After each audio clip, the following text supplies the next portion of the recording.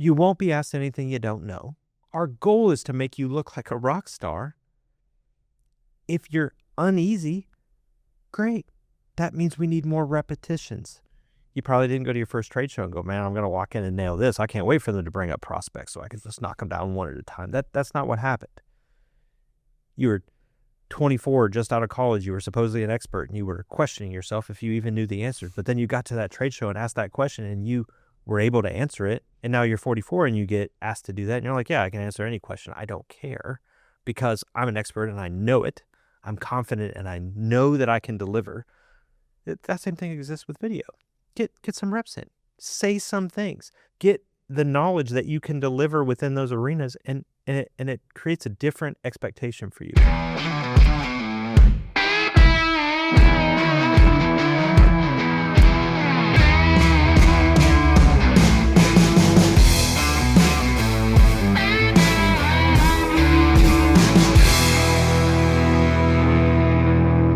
So you ran into an interesting scenario the other day where you came across two different companies, seemingly similar from the outside, but you ran into a situation that proved a stark contrast between the two.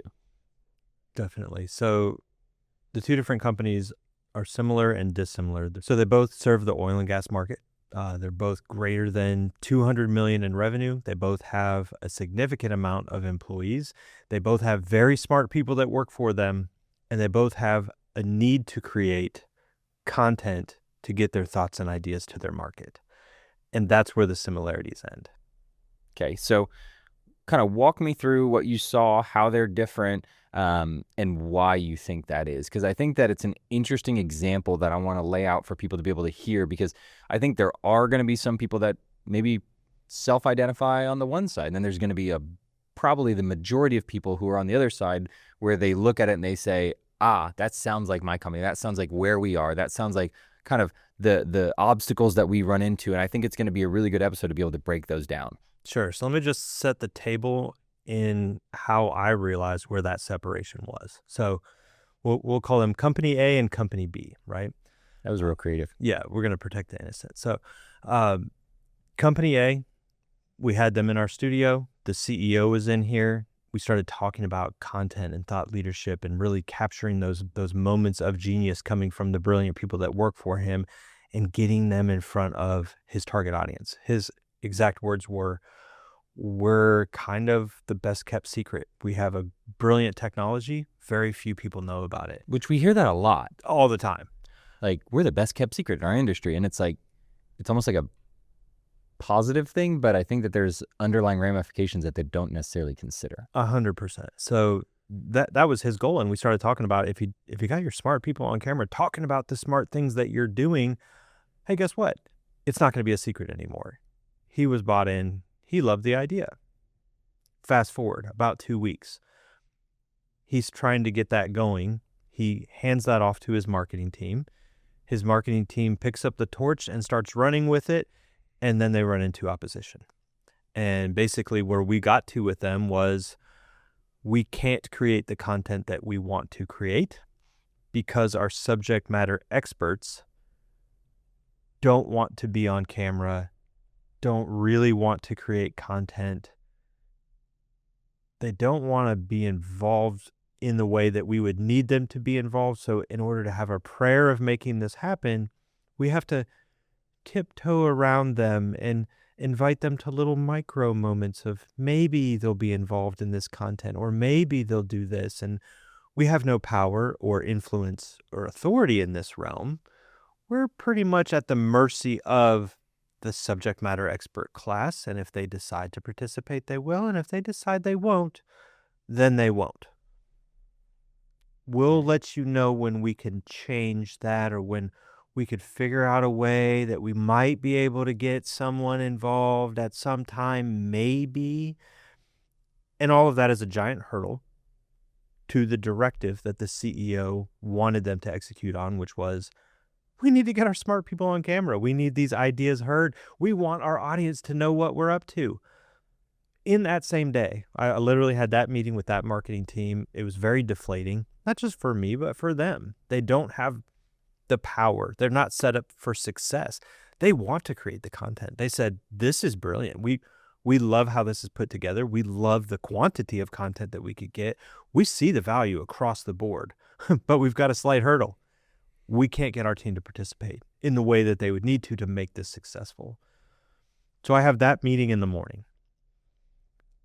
I leave the office and I go to a shoot that we're having at a client's office that afternoon. Is this client B? This is client B. Ooh. For those following along at home, this is client B.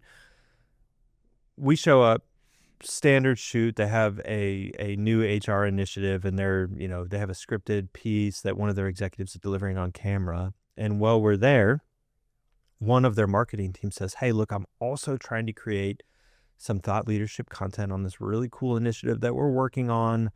I really want to bring somebody in and just Q&A, just have them just answer some questions real quick about what we're working on, because I want to turn that into social content that we can put out from the company. Of course, we said, yeah, that sounds great. No problem. Let's figure out how this works. She literally gets on the phone, calls the subject matter expert, is like, hey, we're thinking about this. She leaves for like 15 minutes and comes back and says, hey, he's on board. We finished the first part of the shoot. He shows up. We set him up on camera. She asked him, I think, 4 questions. Said, hey, get on camera. This isn't stuff you don't know. We're just going to go through and you're just going to tell me your thoughts about these particular subject matters. He got on camera, answered the 4 questions, answered them rather well. I mean, he wanted a little bit of space. Hey, maybe I do it 1 or 2 times and we take the best clips. But honestly, he answered all 4 questions brilliantly the first time. And he was with us for a total of 15 minutes maybe, and then he went back to his day. The difference between company A, that can't get their subject matter experts on camera to participate in anything, and company B, that can literally call on a subject matter expert almost on a whim and say, hey, we want you to get in front of a camera. We want you to share your expertise. We want you to be the thought leader that we hired you to be. That difference is huge when it comes to whether you are or remain the best kept secret, or whether your audience understands the value that the company can create. And it's weird for me, who saw kind of that separation in one day. I literally have one marketing team that can't get it done, not because they can't get it done, but because they weren't set up for success. And then I have another marketing team that literally gets it done on a last minute basis because they have an idea in the moment and have a team that can support them to do that. And I think that difference needs to be addressed, needs to be talked about. And we need to say, what's the real difference in these organizations? Or more importantly, how would an organization move from an environment of company A into an environment of company B? That's a really great breakdown between A and B. And I think that there's whatever the kind of excuses or reasons for company A, or why companies like company A never get around to thought leadership. I think that there's all sorts of things like they're too busy, or you're trying to protect them. But help break down for the audience, what happens when marketing treats these content requests like favors rather than if it was just a part of the business or part of the job function? And that's essentially what it comes down to. It's that lack of authority within marketing to say, hey, this is what we're going to do and we need you to participate. It is literally asking for a favor. Company A was asking for a favor. Hey guys, I have this thing. It's not part of your job. I was wondering if you could come in and maybe help me out. And then the answer ends up being no for whatever reason they manufactured to not do it. Whereas the other one was, hey, we have a video crew here. We need you talking about this thing. When can you come down? And the thing that I think that you said just a minute ago that was really interesting was they sat them down and they talked to them about things they already knew.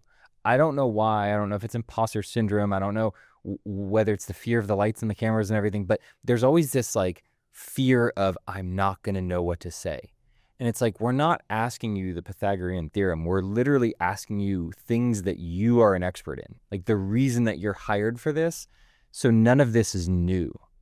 I'll tell you, the stuff that geologist was talking about that particular day from Company B might as well have been some wacky theory that only college professors have ever heard of. But he was going deep on some basins and some technologies that I honestly don't even know what he was talking about. So he knew what he was talking about. I did not, which is perfectly fine. I'm the video guy. He's the geologist. All of that's expected. But yeah, at no point in time for any thought leadership content is someone going to parade out cameras and be like, hey, bro, talk about this thing you don't know about. That's not productive or helpful for anyone. So yeah, I mean, part of it is an expectation of what does that look like for you as a thought leader. One, are we going to create in our thought leadership class, whether it be the leadership or subject matter experts, are we going to create the idea that they would be on camera? If we are going to create that idea, who is that expected of? Is it across the board? If we have 800 people, is it that we could pull any one of the 800 people at any time and say, okay, you're on, let's go? I don't think that's necessarily realistic. But if we can build a group of people where we say, hey, it might be possible that you might be asked to contribute in these things, whether you are or not, yet to be seen. But it's possible that you are. And then there's a second step to that, which is, if you are, here's what we're going to expect. For starters, we are not going to expect perfection. You're not perfect. You don't know everything. So come, say what you know, contribute what you can. If you're wrong, it's fine. We'll cut it out. We won't use it. If you don't know the answer, guess what? We won't use it. We'll only use things that make sense for you in context of you. And the things we're going to ask are about the things that you should know. It's the stuff that you're working on daily. It's the same thing if someone walks in your office and say, hey, tell me about this little aspect of this piece that you're working on. You'd be able to do it. Those are the types of questions that should be coming down the interview cycle when you're in a thought leadership production event. But if they don't know that, if they don't know, oh, you know what, I'm only going to be asked things that I know about. I'm allowed to not know. I'm allowed to be wrong. If they don't know those things, it creates a little bit of, oh shit, I'm going to be asked this and I got to get on camera. It's permanent. I don't know it can be cut around. I have to nail it or I'm going to look maybe like I don't know what I'm doing, which is bad for me because I'm a subject matter expert, right? So setting that table with whoever you might expect to be on camera is going to be a huge benefit so that we kind of alleviate those fears before it's, okay, we're on in 5. One of the things that we have to really drive home is that it is important that we have to normalize the creation of content and normalize the participation in that. Yeah, normalization is going to be the first step. It has to be expected. If you walk into somebody's office and you're like, hey, bro, we got cameras in the next room, come on over, they're going to tell you, no, thank you. I don't know what you're talking about. This is a surprise. I don't like surprises, and I don't like them especially when you are seemingly going to put me on a stage and have me dance for something that I'm unaware of. It needs to be an education process where you're bringing people in, you're spreading the awareness, and you're not just saying, hey, Chuck, you're going to create thought leadership content. You're saying, hey, guys, we have a situation.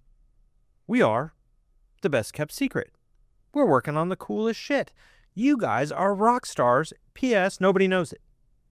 We need your help so that our audience understands how unique we are, how cool we are, how advanced we are, how much we could help them accomplish if they let us. But they're not going to do that if they don't know how awesome you guys are. We hired you for a reason. We put you in these positions for a reason. We give you a paycheck for a reason. You're a rock star. It's time to rock. This is one way we do that. We do it on client work. We do it on the product we're working on. We do it with the service we deliver. We do it when we create content. You are part of that equation. You're important to this organization. You're important to our message that we're delivering to our audience. And this is how this happens. Let's get comfortable. Let's figure this out. We're in this together. If we have an organization that's taking it seriously, leadership probably isn't just saying, hey, you guys are going to get on camera and dance. They're probably doing it themselves. They're leading by example. They're showing what it looks like to get in front of a camera, what it looks like to be asked questions that are on the fly sometimes, what it looks like to deliver that performance and be okay with it. They should, in my opinion, model that example that could be followed by other leaders in the organization. your thought leader group of people, your subject matter experts, they can see that you're not just telling them to do something, that you're also saying, guys, we're in this together. And you're taking the actions that prove that that's really the case. Yeah, and I think that's a good point, because I remember being at a client's office where they had about 6 subject matter experts lined up and the CEO, and they were all going to talk on, different areas that they were able to speak on. And it was really interesting because all of the subject matter experts were really, really sharp. They were really refined with the way they talked about it. And we actually see this a lot with some CEOs, unless they've had media training. But the CEO was the worst out of all of them. But the end result, the end video, looked really good because power of editing. But most of the time, those thought leaders only see the finished video. They're never all together. And so it's really interesting to see them get this apprehension of like, oh, well, I'm never going to look as good as, our CEO does on camera. But in reality, like, you're probably good enough with the information you have and the combination of editing. But I think that that's an often overlooked component. Yeah, and to your point, that happens a lot. So the CEO has a much different role than your subject matter expert. The CEO's very passionate about the 30,000-foot view of what the company's up to, but a lot of the CEO's role isn't actually hands in the dirt doing the work all the time. So as much as they might be passionate about what the company's up to, the actual functions that you need to share within your thought leadership sometimes escape them. They don't have the passion about it because they don't have the same knowledge that your subject matter experts do. And this isn't all, but most subject matter experts, if you get them talking about what they're doing on a daily basis, about what they're passionate about the cool stuff that they're doing, it comes out in the content that they create. You don't say. Yeah. They don't shut up. They don't shut up. Yeah. Yeah. Fair enough. But they talk with passion. They talk with expertise. They give you the details that you want to know because they're excited about it. Yeah. What they failed to realize is that they're going to get excited and they're going to say things that are great and they're going to say things that aren't so great. And the things that aren't so great can be cut out. The same as what would happen with the CEO. We're only going to keep the best pieces that make you look like a rock star. We will not keep the pieces that make you look like you don't know what you're talking about if they happen. And that's true for everybody. Like that idea of content and what it is, once we get aware that we can cut anything out. In fact, if you get on there and go blah, blah, blah, blah, blah, and you don't have anything to say, guess what? None of that is going to turn into content. It is up to you to have something to say that is going to contribute to the conversation and that is worth keeping in the content to be distributed. You're going to say something. If you're being asked to be on camera, you're a smart guy or a smart gal. There's a reason you're being asked. People have heard you speak in meetings, in conversations. You are being asked for a reason. You know things, and you communicate well enough for the organization to trust you. You just have to trust yourself a little bit.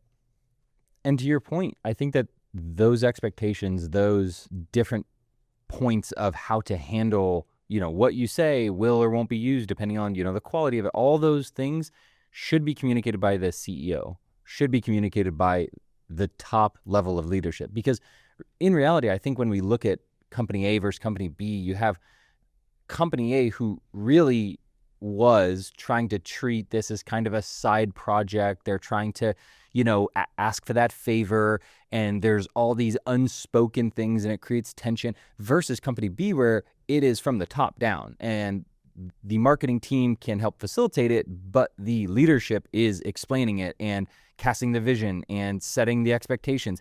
And I think that's where the core difference lies, is it's not marketing treating it like a side project. It's the leadership treating it like it's an actual initiative and explaining why and kind of going through what to expect with that. And I think that is the core difference that will make or break those two differences between A and B. That's definitely the core difference, is that prep work and having an executive team that stands with the marketing team and says, our initiative is to get the message out. Marketing is in charge of doing that. You are tasked with this. No one is going to say that they're not doing that. So in company A, you have a CEO who's motivated, who wants the message out there. He wants this message created, handed it off to a marketing team. And unfortunately, your marketing team in this case is not empowered to actually make it happen. Now, I think that they'll correct that. I think that that's probably what they're actively doing right now because they recognize that it doesn't work very well. The CEO wants something and we can't get it done. Something has to change here. And they're trying to figure that out. But if the CEO, in the instance of company B, or the leadership team in general, has been on camera themselves and set a standard of this is what we do to communicate, and selected other individuals who also should or could be on camera as well, and gave marketing the directive of we want you to share our message and you're in charge of this. You have the authority to call on this subject matter expert or that division leader or this particular person that's working on this project because we need to share messaging around these things. You now have permission to have them be part of that content versus in company A, when they went and felt like they had permission, hey, we want to get you involved in the content, what they got met with was obstacle after obstacle. No, we don't want to do that. We can't. We're going to do it a different way. They felt like they were in charge. Marketing can't ask us to do that. Or if they do, we're just going to say, no, we're going to do it differently, or maybe not at all. That authority within your subject matter experts versus within your marketing team when it comes to creating of the content is the problem. And that authority didn't come from marketing. It didn't come from subject matter experts. It came from, in this case, I believe, a lack of communication around what the company was up to from leaders to probably both parties, maybe even at the same time. Hey guys, this is what we're doing. We're going to create messaging. These are guys and girls that know things. These are people that have the ability to capture what you know and package it up and distribute it to our audience. You guys are going to work together. You know things. You can package it up and distribute it. Together, we're going to create content. When they call on you, you say yes. It's not that hard. But that conversation was never had within that organization. It has been had in the other one. So let's say that you are in the bucket of organization A and your CEO hasn't talked to the team about a content initiative in any way. Break down how should the CEO approach that conversation? What should he say? What should he include? What are the key points that you need? Because if you just go in there and you're like, hey, we're going to create content, like we've kind of oversimplified it for the sake of this segment so far, but it's like, it's not just like, hey, you know things, you shoot things, go away and be happy. Like, what is the reality of, like, as a CEO trying to get your team all on board for this initiative so you end up like company B? What are the things a CEO needs to say or needs to communicate to make it a cohesive initiative moving forward? I think many times it's actually going to start with the marketing team. The CEO probably isn't going to realize there's a problem. In fact, in company A, I bet to date, the CEO hasn't yet realized that his vision of creating this content isn't actually achievable because the groundwork hasn't been laid yet. He will realize that, but I don't think he has yet. The first people to experience it was the marketing team. They said, hey, we want to create some content. We want to get y'all involved. And they said, whoa, hold on, bud. We're not going to do that. I didn't sign up for that. Right. So that's where you know, hey, we have a disconnect between what needs to happen and what is able to happen currently. So when marketing feels that, I think that's where that tension is going to show up initially. They need to approach the CEO or whoever the appropriate person is going to be and say, hey, I think we have an issue. You have a vested interest in our audience hearing from our best and brightest people. They don't want to be heard from. That's where we are right now. From the executive's perspective of, I want our best and brightest to be heard. They're not wanting to be heard. How do I approach that with them? I think it's a multi-step conversation.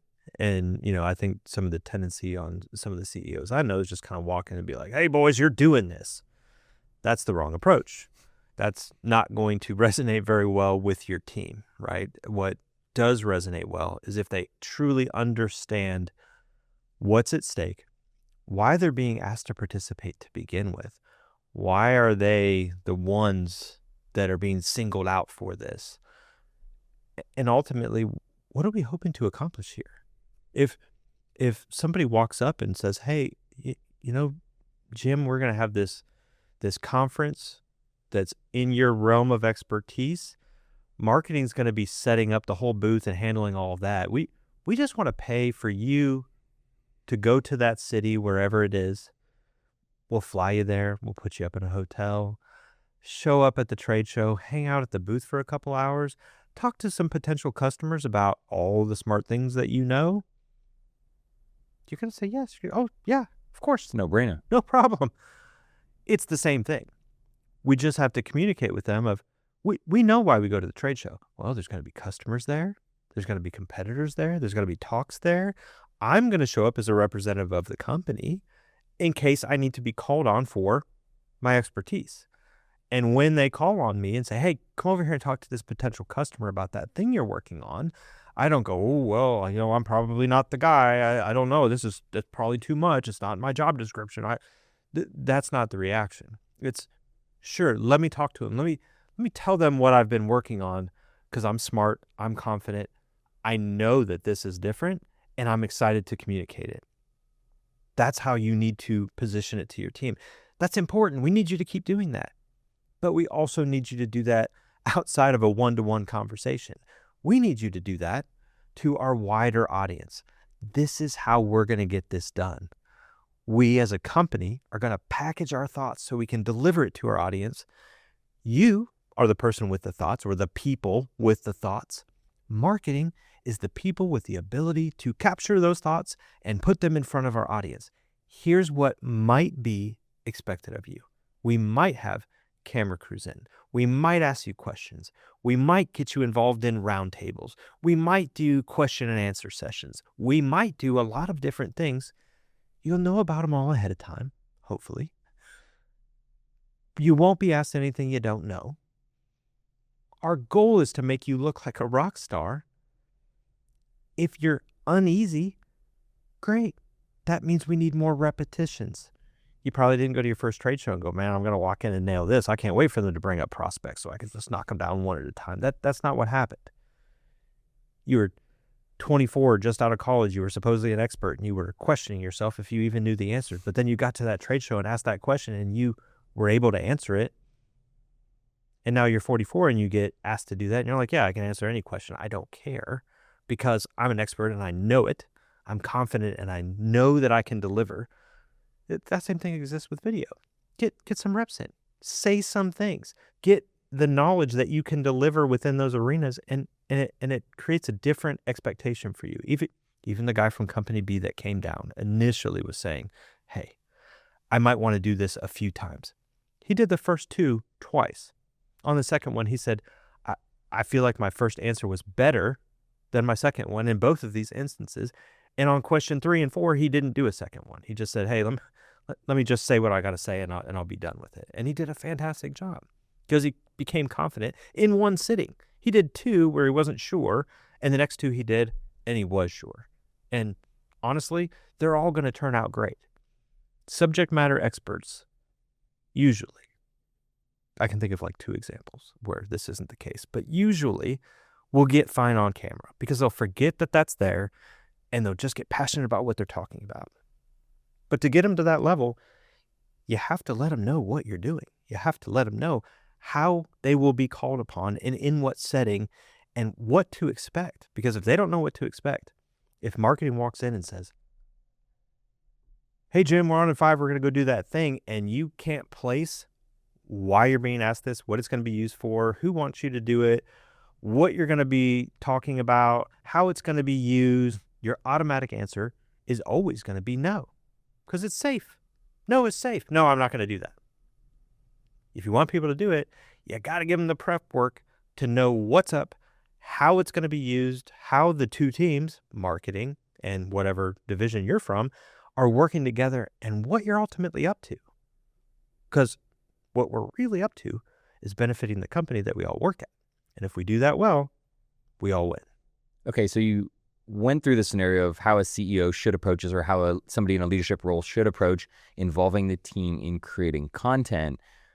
What's next? What's after that? The big thing is to start executing. So if you have that meeting, that big meeting, and you're like, hey guys, we're going to do this thing, and then it doesn't happen, everybody's going to forget that was even an initiative. So you have to be able to execute. And there's two different ways. You can jump in with both feet and say, all right, we're going to start doing this, and it's going to be on a monthly basis, and here's how it is, and here's what you're going to do, and we're going to go full speed immediately. Or you can get a little toe in the water and say, hey guys, I know this is new for everybody. Let's start slow. Let's get a couple people on camera. Maybe we'll use the content. Maybe we won't, but let's start putting some reps in. Let's see what we get. And we'll talk about it, and we'll see how we progress over time. And it will. But everybody has to be willing to put in a little bit of time and effort and be comfortable with being uncomfortable. And we're all in this together. And let's just start. Because if we can start and we can see some success, we can determine how far we go with this. And we see that all the time with people who are starting new podcasts. Their episode 1 is very rigid, and it's very tense, and how is this going to go, and how am I going to be on camera? What's it going to look like? What's the, how's it going to flow? And you see by the 4th, 5th, sometimes they're in a motion of doing it, and all that fear melts away. Absolutely. I've got a guy right now that we're talking to about a podcast, and he literally sent us a message on Monday and was like, hey, I've been recording myself all weekend, just trying to get comfortable. It's like, you serious? He's like, yeah, absolutely. Like, I bought a tripod for my phone, and I've been trying to record myself to make myself comfortable. And I'm like, dude, you're not, like, that's good. That's hard. Yeah, there's nothing wrong with that. But like, you chose a very hard way to get that done. And like, that is not the same thing. Like, if you want, just come into the studio and we can actually record you in conversations where it won't be used, but you can at least get comfortable that way, because that's at least the setting you're going to be in. But it's the exact same thing. Come in, do content. Whether we use it or not doesn't really matter. What matters is you're getting comfortable. I mean, even when we sat down to do this, like episode 1, we weren't just like, sit down, what are we going to talk about? Let's go. It was more of a, whoa, this is awkward. There's cameras over there. Is this microphone right? Like, what? How do I see? Yeah. What do I do? What do I do with my hands, right? Like, it is a weird situation. It's not normal for most people. I mean, if you have a theatrical background, I'm sure it's perfectly fine. If you were a news broadcaster in your past life, I'm sure you're great. Other than that, this is not a normal feeling, and you have to get comfortable with it. And as leadership or marketing, you have to understand these people, sure, they're brilliant. They're smart. They always have been. But they've not been put in this position as a spokesperson, essentially, very many times, if ever. So you're asking them something unnatural. So get them into a position where it becomes natural. Give them the reps. Let them know it's okay to fail. In fact, failure is expected. If we fail, we can learn what we don't do next time. Not on an individual basis, but collectively, guys, we're going to go in this together. We're going to learn what works, what doesn't. We're going to have some fun, maybe even. Yeah, gas. Clutches pearls. Yeah. But that's really the next step. We tell them what's up, and we give an action plan for how we at this company are going to do this. Maybe we're jumping in with both feet. Maybe we're going to soften the ground a little bit before we start running with this initiative. But either way, the core concept is to get reps, because the more reps you have, the more comfortable you'll be. And I think that's something that is, and giving them permission for it to not work, or for it to quote unquote fail, right? I have, knock on wood, I have never been a part of a shoot where we recorded something and out of it we got nothing. And I think that's an expectation of like, I'm going to botch this so bad it's going to be unusable. And could that happen? Possibly. I mean, the possibility exists. I remember being on a client's location with one person, and he really struggled constructing a complete sentence. And even with editing, we were able to make it sound good. But giving them permission to fail is going to be important, because it takes the weight or the pressure off of it. And it's saying, hey, we're going to do this and we're going to get better over time. And I think that that's okay. And that's something that being a leader is part of your job, is to encourage the team to get outside their comfort zone and do things that stretch them for the greater good of the company. And if they understand why, they understand where it's going and the purpose of it, they're really able to say, okay, that may not have been in my job function yesterday, but I see and understand the value and I'm willing to contribute in this way. And that's something that you cannot underestimate. And that's not something that you can ask the marketing team to be the sole initiator of. Because if they come to you with the exact same approach the leadership team would, it'll fall flat. So the marketing team, to your point, what you said earlier, they can package it and distribute it, but it's the leadership that needs to get the buy-in from the top down. We're talking about this a lot, in terms of the thought leadership side of things. The other place we see this in organizations all the time is in the sales side, to where you have the marketing team that would love a little bit of time with the customers, even just to pick their brain about what sort of content they might be interested in. Or maybe they want a testimonial or a case study or something like that. Like many times sales is putting up that blocker of, you can't go in and talk about that. You can't do it, which in that instance, it's the same thing. Your sales team needs to be cultured on, guys, this is what we're up to. This is what we're doing. This is why we're doing it. This is how we're going to involve the customer and how it benefits not just marketing, not just leadership, but also, shocker, the sales team. So regardless of which group within the company you're needing to get involved, if you want them to actively be involved, there has to be a conversation prior to, there has to be an expectation, because at the end of the day, marketing doesn't have the authority if it's not given the authority. I've been in a number of situations where I've seen marketing want to do great content, want to do great things for the company, and they're shut down by your subject matter experts that won't get on camera, or your sales team who won't let you talk to their customer. Neither one of these things are productive for the company. And at the end of the day, they're not good for the subject matter expert, and they are not good for the salesperson that is putting up that roadblock and preventing that content from happening. It's not a failure of the marketing team. It's a failure of leadership to set the proper expectations of what they want to happen. When you even think about that point, if the leadership team stood up in front of the whole organization and they said, do you think that we need to have more people understand what we think, what we do, and the results that we get for people, that anybody in the company would be like, no, I don't think that's a good idea. But yet when marketing tries to approach it and get people involved, inadvertently, that's what they're saying. That's the obstacle that they're putting up, that roadblock is preventing that from happening.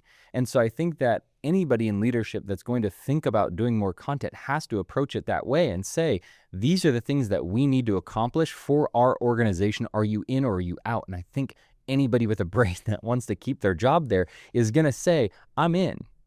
They're absolutely more inclined if that initiative exists, if they understand it, if they know, hey, this is coming from the top.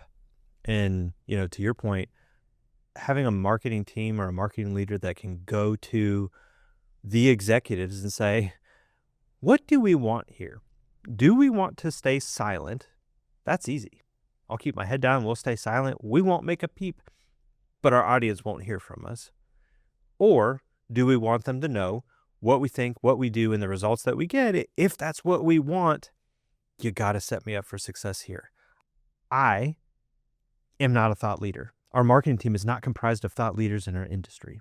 I need our thought leaders to play nice with us, and I need you to voice your expectation of this voice that we want to put into the market, who's going to participate in it, what it's going to look like, and pair the two teams together for success. If you do that, you will get what you want. Our audience will hear from our best and brightest, and we will no longer be the best kept secret. If you fail to do that, I cannot be blamed for that falling short and for us remaining silent and remaining the best kept secret.